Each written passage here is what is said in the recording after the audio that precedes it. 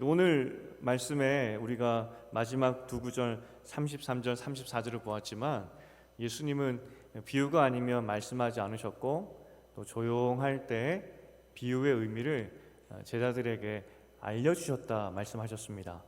그러니까 다시 한번 기억할 것은 이 비유는 믿는 사람들에게 주신 겁니다. 믿지 않는 사람들에게는 이 비유의 말씀이 도무지 이해할 수 없는 그런 수수께끼 같은 것이고요, 제자들에게만 이 비유의 의미를 알려주셨다는 겁니다. 그래서 우리가 비유의 이 비밀을 깨달았을 때 마음 가운데 막 기쁨이 있어야 되고요, 야 나도 이렇게 살아봐야지 하는 감동이 일어나야 된다고 말씀드렸습니다. 오늘 밤에도 말씀이 깨달아지고 그래서 야 이렇게 살아야지, 이게 우리가 받은 은혜구나, 그렇게 깊이 깨닫는 이 밤 되기를 축복드립니다. 오늘 본문에 보면은 두 가지 시에 대한 비유가 나옵니다. 그래서 한 세트로 묶어서 오늘 좀 보려고 합니다. 이 두 비유의 핵심은 하나님 나라가 시작되었고 반드시 이루어질 것이다, 그겁니다. 하나님이 일을 시작하셨고 거기에는 하나님이 끝맺게 하시는 끝맺음이 있다는 거죠. 우리가 일을 시작할 때 처음 시작은 잘하지만 사실 끝맺음까지 가는 것이 쉽지 않습니다. 끝까지 한결같이 뭔가 추진력 있게 이어가는 것이 참 쉽지 않은데, 믿음은 여러분 어떻습니까? 여러분 믿음 생활하고 있는데 처음부터 끝까지 한결같이 그렇게 잘 하고 계신가요? 그런데 오늘 본문에 보니까 그 믿음을 시작하신 분이 하나님이시고 하나님이 그 믿음을 끝까지 이어가신다, 그게 오늘 본문의 핵심이라고 말할 수 있겠습니다. 그러니까 우리가 구원받는 정도의 구원의 믿음, 그게 아니라 그 정도의 삶이 아니라 정말 위대한 믿음의 삶을 살게 하는 것이 하나님께서 우리를 향한 계획이고 그렇게 만들어 가신다는 겁니다. 여러분, 그런데 스스로를 돌아볼 때 정말 위대한 믿음의 사람이라고 말씀하실 수 있겠습니까? 좀 부끄럽죠. 좀 뭔가 부족해 보이기도 합니다. 오늘 첫 번째 비유가 농부가 씨를 뿌리는 그 비유인데, 농부가 씨를 뿌리긴 했습니다. 그런데 어떤 일도 하지 않았는데 어느 날 가봤더니 이 씨가 스스로 자라나고 있더라는 겁니다. 그리고 결국은 그 씨앗이 맺은 그 풍성한 열매를 추수하게 되었다, 그 의미죠. 하나님이 시작한 이 복음, 그리고 하나님께서 시작하신 이 믿음, 우리는 그 과정이 어떻게 흘러가는지는 잘 모르지만 하나님께서 반드시 풍성한 열매를 맺도록 인도하신다는 그런 의미입니다. 과연 내가 하나님 자녀로서 잘 살 수 있을까? 믿음대로 살 수 있을까? 우리의 솔직한 질문이긴 하지만 여러분 스스로를 절대로 무시하시면 안 됩니다. 오늘 본문에 그 씨를 뿌렸는데, 근데 그 씨가 분명히 열매 맺겠다, 몇 개 하겠다라고 말씀하신 분이 하나님이라는 겁니다. 근데 우리는 스스로를 볼 때, 내 삶을 볼 때 열매가 별로 없고 내 믿음의 진보가 느리니까 우리는 우리 마음 가운데 이 시작된 믿음, 그리고 믿음의 성장, 믿음의 열매에 대해서 의심하기도 하고, 또 내 삶에는 별로 없는 것 같아 하면서 스스로를 자책하기도 하고, 하지만 분명히 하나님께서 말씀하십니다. 내가 뿌렸고 너희가 어느 순간 돌아봤을 때 열매 맺는 삶으로 이끌어주겠다는 것입니다. 이게 여러분이라는 겁니다. 반드시 열매가 있는 삶으로 내가 이끌고 가겠다는 것이죠. 우리가 네 가지 밭 비유에서 봤듯이 심기면 30배, 50배, 100배 열매를 맺게 되는 겁니다. 그때 제가 예를 들었던 500년 전에 발견했던 씨앗의 이야기 기억나십니까? 500년 전에 발견했던, 저 연못에서 발견했던 그 씨를 심어봤더니 자랐다는 겁니다. 그런 강력한 열매가, 씨앗이 우리에게 시작되었고, 그러하기 때문에 우리의 의지와는 상관없이 열매 맺는 삶으로 하나님께서 양육시키시겠다는 겁니다. 그게 여러분의 삶이고 하나님의 계획이라는 겁니다. 근데 우리는 스스로 자책을 하죠. 자신 없어 하죠. 절대 이것은 성경적인 우리의 모습, 그리고 나를 바라보는 눈이 아니라는 겁니다.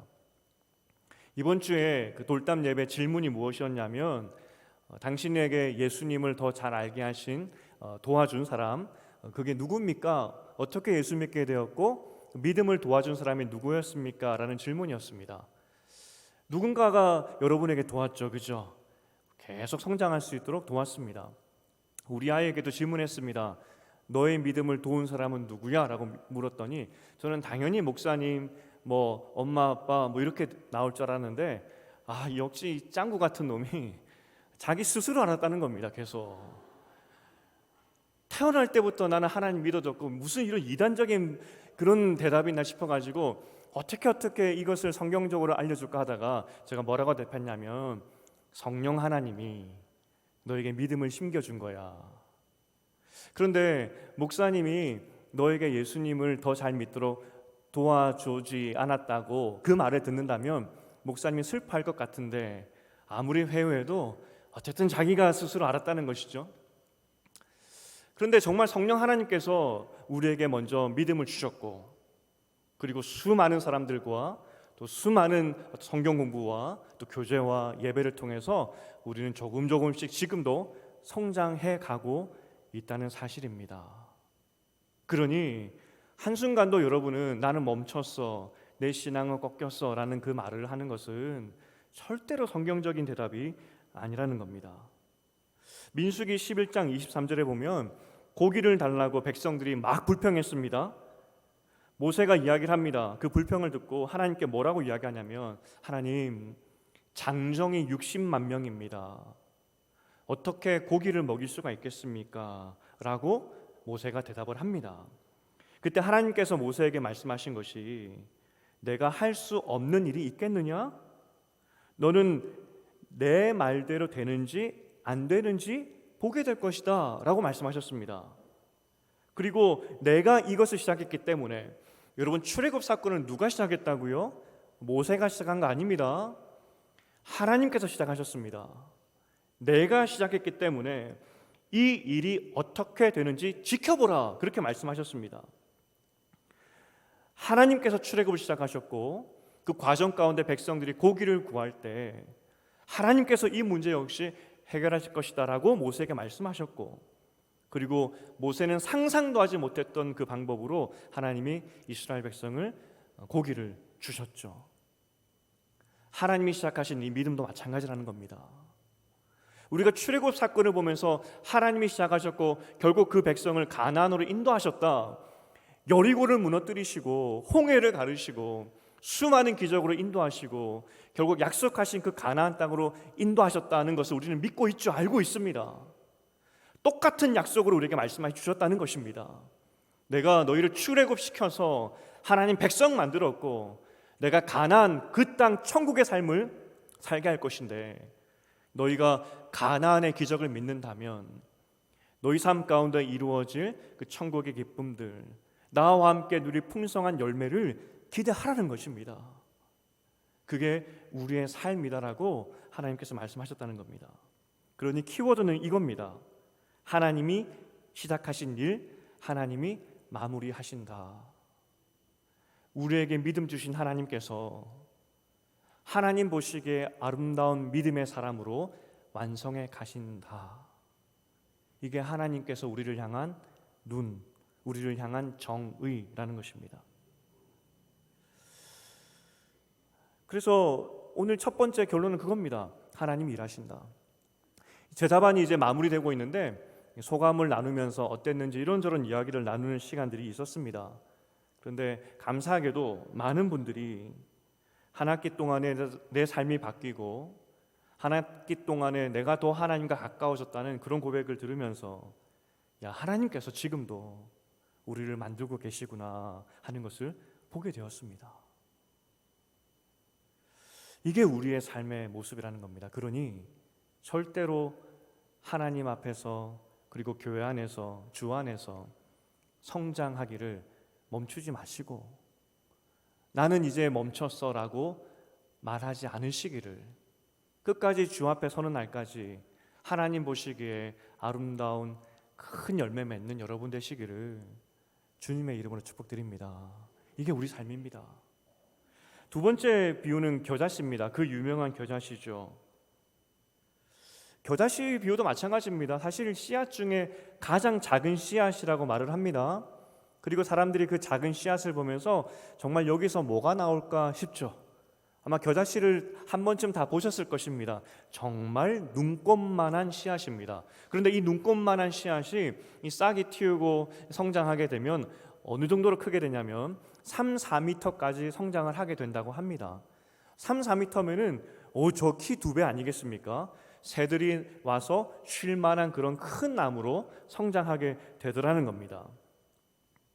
이 비유를 들은 제자들은 지금 이 비유가 처음 누구를 위한 비유의 말씀이었을까요? 이 지금 쓰고 있는 이 독자들, 이 로마 교회라고 말씀드렸습니다. 로마 교회 성도들.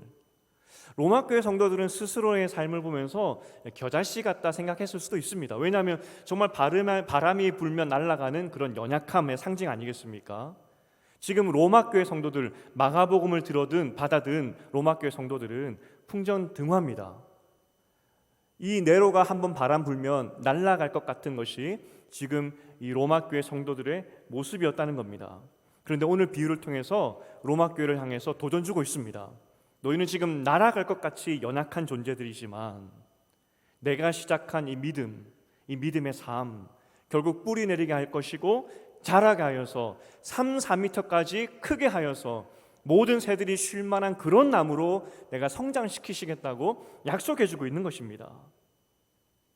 이 겨자씨라는 것이 이스라엘 백성들에게는 굉장히 큰 의미가 있는, 사실 정말 이스라엘 백성들에게도 상식처럼 겨자씨 그러면 아무 쓸모없는, 아무 너무나 연약한 그런 존재로서의 상징이거든요.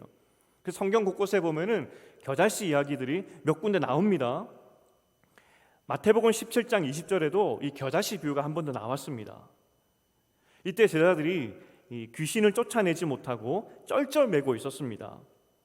아이의 상태가 불에도 뛰어들고 물에도 뛰어들고 어른의 힘으로 이 아이를 제압할 수 없는 그런 안타까운 상황이었습니다. 제자들에게 고쳐달라고 데려왔지만 제자들도 고치지 못했습니다. 아무리 예수님께 배운 대로 해도 이 귀신이 안 떠나는 겁니다. 분명히 예수님처럼 똑같이 했는데도 이 귀신이 콧방귀 뀌고 아이에게 떠나지 않는 것이죠. 예수께서 돌아오셔서 쩔쩔매는 제자들에게 이야기하시기를 너희가 왜 이렇게 쩔쩔매고 있느냐? 왜냐하면 너희에게 믿음이 적기 때문이다라고 말씀하셨습니다. 믿음이 적어서. 그러면 이 귀신을 쫓아낼 만한 믿음의 양이 얼마나 필요한가 궁금하죠. 예수님께서 이 귀신을 쫓아낼 만한 이 믿음의 양 얼만큼 제시하셨냐면 겨자씨 한 알만한 믿음만 있었다면 이라고 말씀하셨습니다.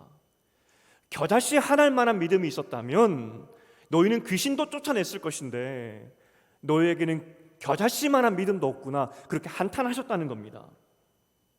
그리고 말씀하시기를 너희에게 겨자씨만한 믿음만 있었다면 이 산을 저쪽으로 옮겨라 라고 했다면 그 산을 옮길 수도 있었을 것인데 너희에게는 겨자씨만한 믿음도 없었구나 라고 말씀하셨던 것이죠.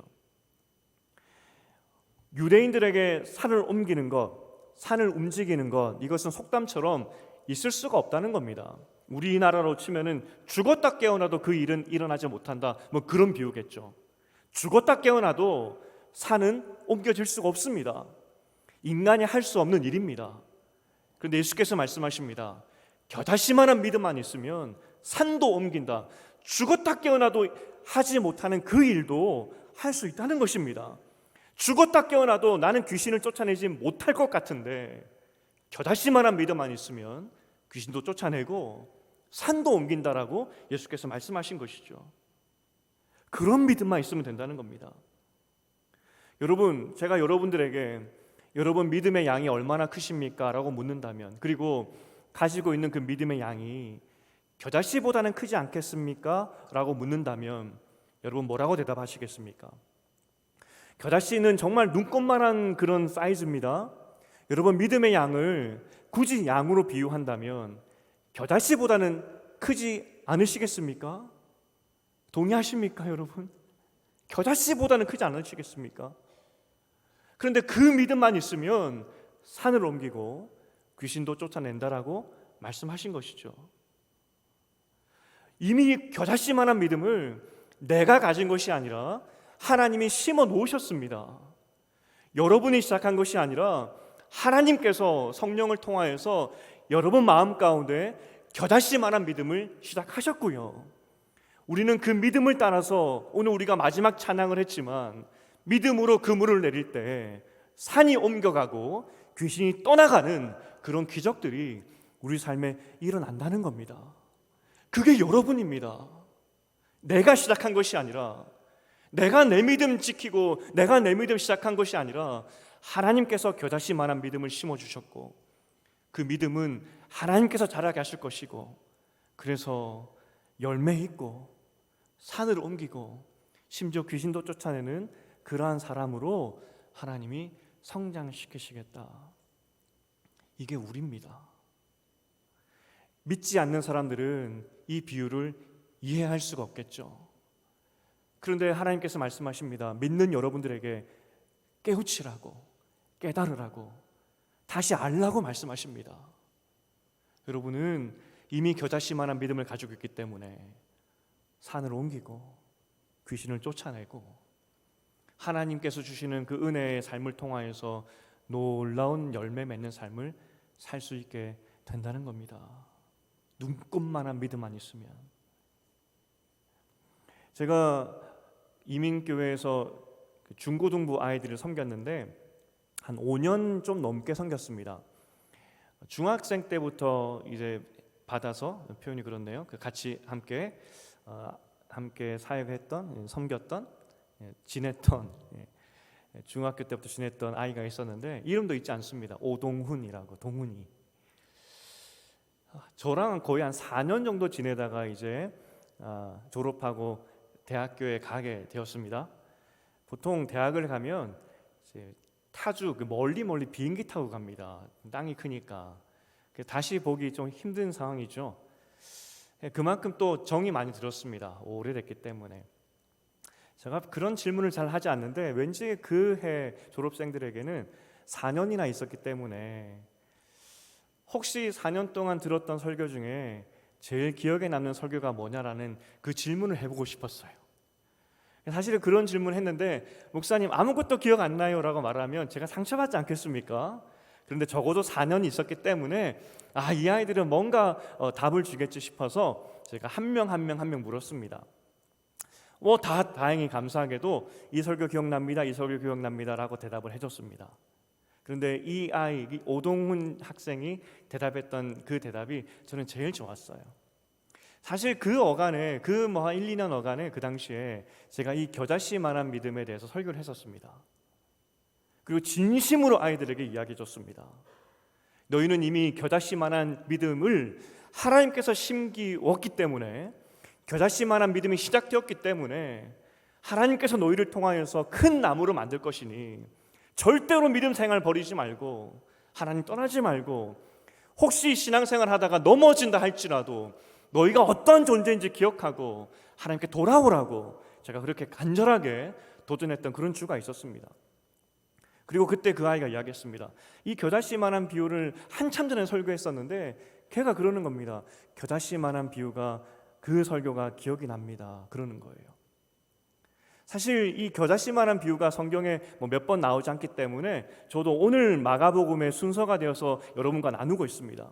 그런데 혹시 10년, 20년, 수십 년이 지난 후에 저를 만나게 되었고, 그래서 설교, 그때 김상순 목사가 했던 설교 중에 내가 가장 기억에 남는 설교가 무엇이냐를 했을 때 저는 한 편을 꼽고 있는 것이 바로 오늘 본문입니다. 겨자씨만한 비유. 다른 성경은 다 잊어버려도, 다른 설교는 다 잊어버려도 여러분들이 평생 잊지 말아야 될 설교가 무엇이냐라고 했을 때 저는 오늘 이 비유를 여러분에게 꼽아드리고 싶습니다. 우리는 겨자씨만한 믿음밖에 없습니다. 근데 그 믿음을 누가 시작하셨느냐? 내가 시작한 것이 아니라 하나님이 시작하셨고, 그러하기 때문에, 그렇게 시작된 믿음이기 때문에 하나님께서 반드시 자라게 하실 것이고 산을 옮길 만한 사람들로 우리를 그렇게 양육시키고 키워가신다는 겁니다. 그게 우리입니다, 우리. 그런데 때로는 우리가 신앙생활을 하다가 이런저런 일들로 교회를 떠나기도 하고 이런저런 일들로 상처받기도 합니다. 살다 보면 그럴 수도 있죠. 하지만 그렇게 마음에 상처받다 보니까 내가 어떠한 존재인지도 잊어버리게 되더라는 겁니다.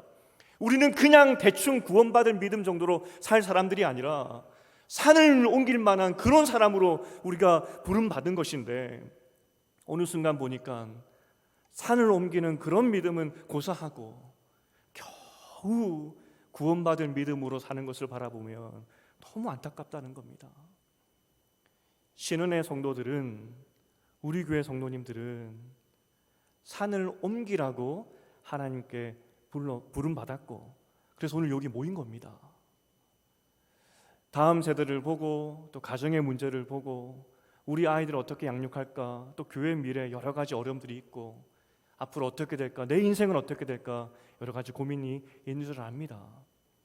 하지만 기억할 우리의 정체성이 무엇이냐? 우리는 하나님께서 시작하신 이 믿음의 여정 가운데 산을 옮길 만한 사람들로 성장하는 것, 그게 우리라는 것, 그걸 절대 잊어버리면 안 된다는 것입니다. 제가 오늘 여러분에게 로마서 8장 26절을 함께 다시 한번 보겠습니다. 로마서 8장 26절을 한번 소개해드리고 싶은데, 우리가 너무나 잘 알고 있는 구절입니다. 8장 26절 읽어보겠습니다. 시작. 이와 같이 성령도 우리의 연약함을 도우시나니 우리는 마땅히 기도할 바를 알지 못하나 오직 성령이 말할 수 없는 탄식으로 우리를 위하여 친히 간구하시느니라. 지금 정확히 성경이 우리를 지적하는 것이, 우리가 약함이 있는데 어느 정도로 약하냐면, 우리는 나 자신을 위해서 뭘 기도해야 될지도 모른다는 겁니다. 인생을 살다가 고난도 있고 여러 가지 어려움도 있고 또 뭐 살다 보면 여러 가지 기도 제목이 있는데, 실상 우리 상태가 어떻느냐, 뭘 기도해야 될지도 모른다는 겁니다. 그저 우리는 이 땅 가운데 무엇을 먹을까 입을까 그거 기도하지 말라고 했는데, 결국 다 쫓아가 보면은 우리 중심에는 무엇을 먹을까 입을까를 위해 기도하고 있고, 그러니 성령이 탄식하는 것이죠. 아니, 뭘 기도해야 될지도 모르는 우리 안타까운 하나님 백성을 향해서 탄식하고 있다는 겁니다. 그런데 탄식하시면서 우리를 위해서 기도하시는 내용이 있는데, 성령이 탄식하면서 기도하는 내용은 그건 과연 무엇일까? 무엇을 기도할지도 모르는 우리를 위해서 성령이 탄식하며 기도한다고 하시는데, 무엇을 위해 기도하실까? 라는 질문이 들었습니다. 저는 이거일 것 같아요.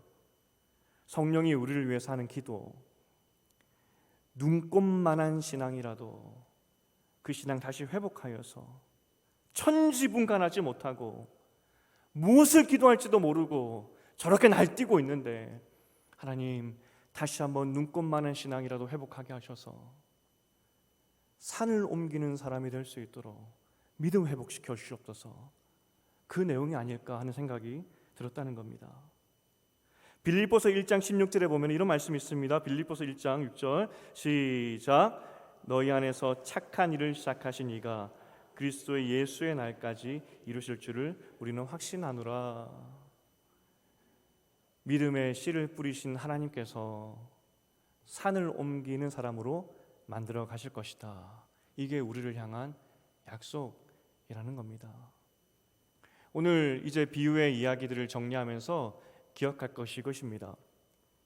하나님께서 우리만 알아듣는 언어들로 우리가 누구인지를 말씀해 주셨습니다. 우리는 산을 옮길 사람들입니다. 산 앞에 쩔쩔맬 사람들이 아니라 산을 옮길 사람들입니다. 하나님께서 그렇게 만들어 가시겠다고 선언하고 계십니다. 간절히 바라기는 오늘 하나님께서 우리를 부르신 그 부르심대로 산을 옮기는 여러분 되시기를 주님의 이름으로 축복드립니다. 이 믿음 회복하시고, 혹시 이 믿음이 부족하여서 믿어지지 않는다면 성령의 탄식함을 따라서 하나님 나에게 이 믿음 회복시켜 주시옵소서 기도하기를 부탁드립니다. 이제 말씀을 맺겠습니다. 홍해가 갈라지고 여리고 성이 무너질 것이라고는 이 이스라엘 백성은 상상도 못했습니다. 가나안에 가긴 가야 되는데 아니 그 당시에 그 역사적으로 그 어떤 나라가 포로에서 돌아와서 나라를 세우는 그런 역사가 어디 있겠습니까? 하나님께서 이 일을 시작하시긴 하셨는데 앞이 깜깜했던 것이 모세였고 이스라엘 백성들이었습니다.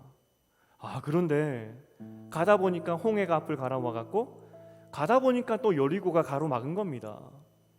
그런데 그때 정말 산이 옮기는 일이 일어납니다. 그 어느 누가 홍해가 갈라질 거라고 상상이나 했겠습니까? 그 어느 누가 여리고 성이 무너질 것이라고 상상이나 했겠습니까? 그런데 하나님이 시작하신 사역이기 때문에, 하나님이 그 출애굽을 시작하신 그 일이었기 때문에 하나님이 그 일을 완성시키기 위해서 홍해도 갈라지게 하시고 여리고도 무너지게 하셨다는 겁니다. 우리를 앞을 가로막고 있는 것이 참 많죠. 걱정 근심이 참 많습니다. 하지만 그 앞에 벌벌 떨 사람들이 아닙니다. 하나님은 그것을 옮겨버리실 분이시고 그 일들이 우리 삶에서 일어나게 하시겠다라고 오늘 본문에서 약속하고 있다는 겁니다. 간절히 바라기는 구원받는 정도의 인생을 사시지 않기를 부탁드립니다. 하나님의 부르심대로 교회를 바꾸고 가정도 바꾸고 이 대한민국도 바꾸고 불가능해 보이는 이 대한민국에 하나님의 나라도 세우는 우리 신영교회 되기를 축복드립니다. 겨우 하나님 나라에 가는 그런 인생 정도가 아니라 절대 불가능해 보였던 그런 일들이 여러분과 우리 교회 또 우리 삶 가운데 일어나기를 주님의 이름으로 축복드립니다. 이것이 우리 정체성입니다.